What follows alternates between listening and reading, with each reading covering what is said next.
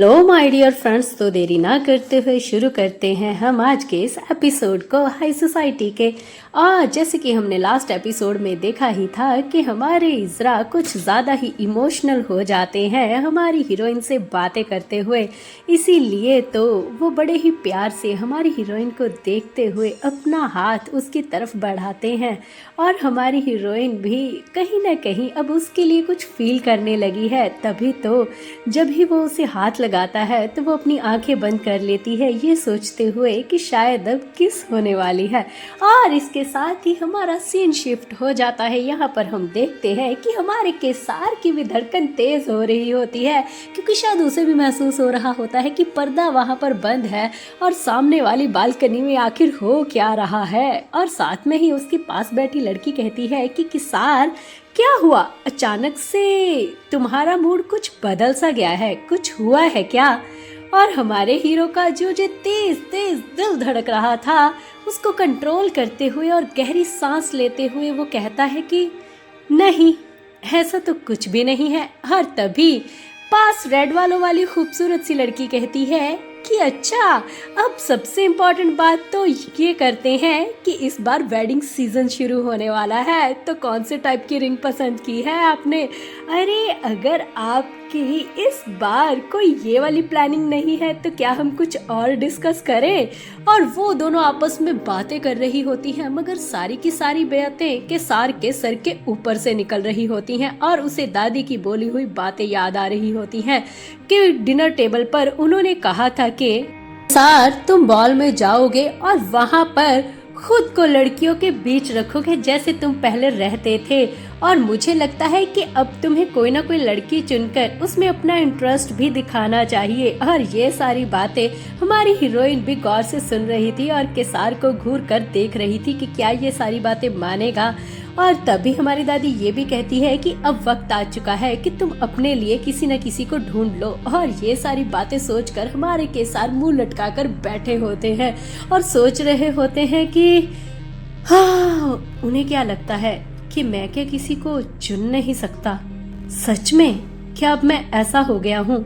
और तभी हमारे केसार अपना हाथ आगे बढ़ाते हैं जो सामने लेडीज बैठी होती है। और हमारी जो रेड बालों वाली लेडीज होती है उसे वहम हो जाता है कि केसार शायद उसे छूने के लिए हाथ बढ़ा रहा है, मगर हमारा केसार तो ऐसा कुछ चाहता ही नहीं है। वो तो हाथ बढ़ाता है उसके हाथ में जो जाम का गिलास पड़ा हुआ था उसे पकड़ने के लिए, और वो बिना कुछ उसे बोले उस जाम के गिलास को पकड़ता है और सीधा उसे पीना शुरू कर देता है। और तभी फिर वो कहती है कि अरे, ये तो मेरी ड्रिंक थी ना। हाँ, तुम तो बहुत ही ज्यादा मतलबी हो, तुम्हें मुझे ये चीज पहले कहनी चाहिए थी ना। जो तुम्हारे लिप्स पर लास्ट सिप पड़ी है, क्या मैं उसे पी सकती हूँ? हैं, बताओ मुझे केसार। उस लड़की को सच में बहुत ज्यादा चढ़ चुकी होती है। और तभी हमारे केसार एकदम से चुप हो जाते हैं उसकी बातें सुन के। और फिर वो उसे देखकर कहते हैं कि एक बात पूछूं तुमसे, तुम आखिर मुझे पसंद क्यों करती हो? और उसका ये सवाल सुन के वो खुद एकदम से चुप हो जाती है और फिर कहती है कि क्यों, तुम्हारे पास तो सब कुछ है, देखो ना, तुम देखने में कितने अच्छे हो और तुम्हारी हर एक स्किल मतलब अदा, तुम में हर एक चीज है, तुम परफेक्ट हो और बहुत सारा पैसा है तुम्हारे पास, मतलब कि हर एक चीज में तुम नंबर 1 हो। ऐसा जवाब सुन के उसका मुंह लटक सा जाता है और वो अपना चेहरा नीचे करते हुए कहता है कि फिर तुम मुझे पसंद क्यों नहीं करती? और जो पास बैठी 2 लेडीज होती हैं वो गौर से घूरने लगती हैं हमारे हीरो को और मुस्कुराने लगती हैं और फिर कहती है कि हाँ, कोई अगर तुम्हें पसंद नहीं करता तो शायद इसका कारण सबसे बड़ा यही होगा क्योंकि तुम हर एक चीज को गेम जो समझते हो। और तभी हमारे हीरो ये बात सुन के एकदम से चुप हो जाते हैं और मन में सोचने लगते हैं कि गेम। और फिर उसे वो बातें याद आती हैं जो उसने हमारी हीरोइन को कही थी जब रात को वो उसके मल्लम पट्टी करने आई थी। तो उसने कहा था कि तुम्हें समझ जाना चाहिए ना, अगर कोई आधी रात को किसी के कमरे में आ रहा है तो इसका मतलब क्या होता है।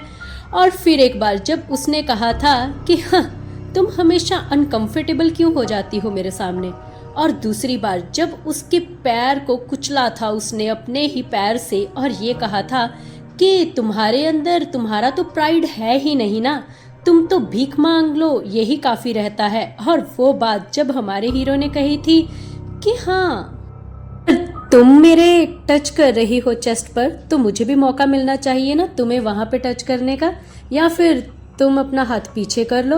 और एक बार जब हमारे हीरो ने उसे कहा था कि अगर मैं कहूँ कि मुझे चोट लगी है तो क्या तुम मुझे मेरे बेडरूम में आकर ठीक करोगी। और एक बार जब वो सच में उसकी मरहम पट्टी करने आई थी तो उसे उसने कहा था कि तुम जैसा चाहती हो मैं वैसा करने के लिए तैयार हूँ, ठीक है ना, बस तुम्हें अपनी आंखें बंद करनी है और ये सोचना है कि यहाँ पर कुछ भी नहीं हुआ। और फिर एक बार जब वो उसे बाहर हाई सोसाइटी दिखाने के लिए लेकर गया था और उसने उसे उसके चेहरे पर लगाने के लिए मास्क दिया था और कहा था कि वो अपने मुंह में इसे चबाकर बस बैठी रहे। और ये सारी बातें याद करके अब उसे अपनी गलती समझ में आ रही थी।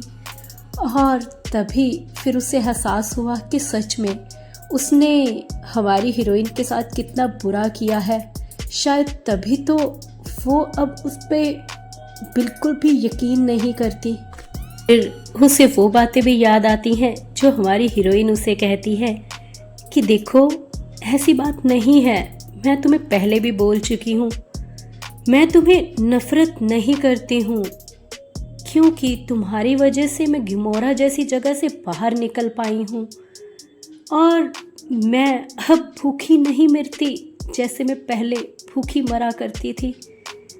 मेरे लिए तो तुम भगवान से अलग नहीं हो और ये बिल्कुल सच है, और इसीलिए तो मैं तुम्हें कभी नफरत नहीं कर सकती, कभी भी नहीं। और हमारे हीरो को उस दिन उसकी ये बातें कुछ अजीब लग रही थी, मगर शायद अब वो इन सब बातों को समझ पा रहा था कि गलती उसकी ही थी। हमारी हीरोइन ने तो उसके साथ कभी कुछ गलत किया ही नहीं। शायद तभी तो वो इस बात को सोचकर अब होश में आ जाता है और वो उन लड़कियों के बीच में बैठा ही खड़ा हो जाता है। और तभी सारी की सारी आपस में बातें करते हुए कहती है कि लॉर्ड केसार क्या हुआ आपको, आप कहीं जा रहे हैं क्या। और तभी फिर वो गुस्से में देखकर कहता है सबको कि हाँ दम घुट रहा है मेरा, मैं बाहर हवा लेने जा रहा हूँ। और तभी उसमें से एक लेडी कहती है कि हाँ, आप मिस एडेबल के पास जा रहे हैं, क्या ये सच है। तो नहीं लगता कि आप उसे लेकर कुछ ज़्यादा ही टेंशन ले रहे हैं। हाँ, आपने रूमर्स तो यानी कि अफवाहें तो सुनी होंगी ना, और उन अफवाहों को कहीं आपने सीरियसली तो नहीं ले लिया है। क्या आपने उन चीज़ों पे यकीन तो नहीं कर लिया कि आप दोनों साथ हो सकते हैं, क्योंकि ये अफवाहें वैसे सही तो नहीं हैं। हाँ, मुझे मिस एडेबल के लिए बहुत बुरा लग रहा है, या ये कहूँ कि शायद आपको बुरा लग रहा है। हाँ, क्या हम उसके लिए थोड़ा सा बुरा फील कर सकते हैं। और तभी हमारे हीरो सोचते हैं कि क्या मैं उसके लिए कभी भी सीरियस हो सकता हूँ। और इधर दूसरी तरफ इज़रा एडेबल को किस करने लगता है।